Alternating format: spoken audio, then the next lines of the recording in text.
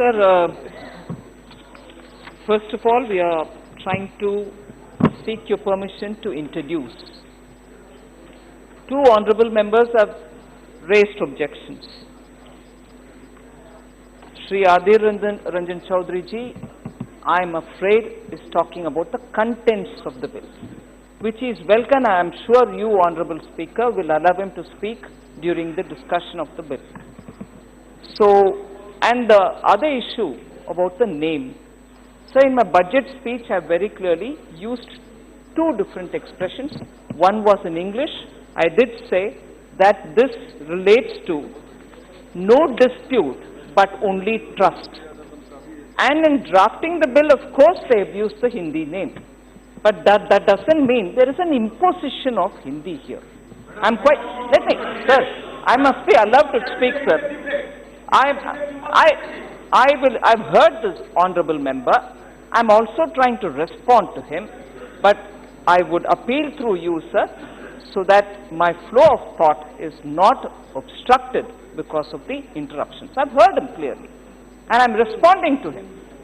I can take his suggestion as a suggestion, but my thought is what I'm putting before him. The other honorable member, Shri Shashi Tharoor ji, has quoted saying, no, this takes away the right, you're treating all honest taxpayer and dishonest, he may not have used the word, but all those under whom there is a dispute. Sir, if I can at this stage only say, how many such cases are pending, and all of them are pending for unduly long time. So nearly 4,83,000 cases are pending, which I mentioned in a budget speeches, and approximately 9.32 lakh crore is the amount which is pending for over a year. And many of these cases are not disposed of that easily.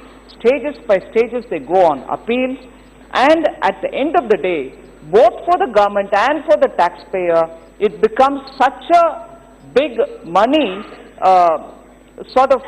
spending exercise where you're spending money in the court defending your case, or we are arguing for our case. So end of the day, both parties end up losing money. The government does not gain, the taxpayer doesn't gain, and all that we are trying to do is to not change the amount which is being disputed. The tax claim remains intact, and that is where the right of the government, the sovereign right of the government on remaining firm on the amount which has been levied or incidence of the tax. So that doesn't change at all. And then to tell me that no, it is beyond the competence, I'm sorry, Honorable Member Shashi Tharoor will probably have to see what is in this bill before he concludes it's beyond our legislative competence.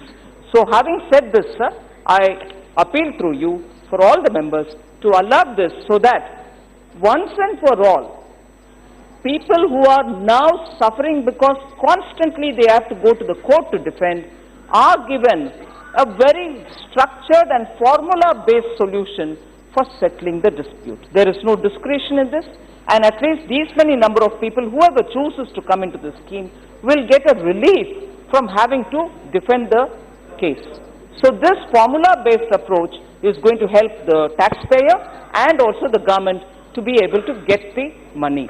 And lastly, sir, the reason why I have to place it even today is because by 31st March, if the first set of people, whoever wants to come in, can come in, it benefits the government to get revenues without having to worry them any further. Further extension is given only till June, so it's not an open-ended scheme. So I would appeal to all members, sir. So to see the point with which we have come, there is nothing more to this. I would appeal all the members to allow the introduction.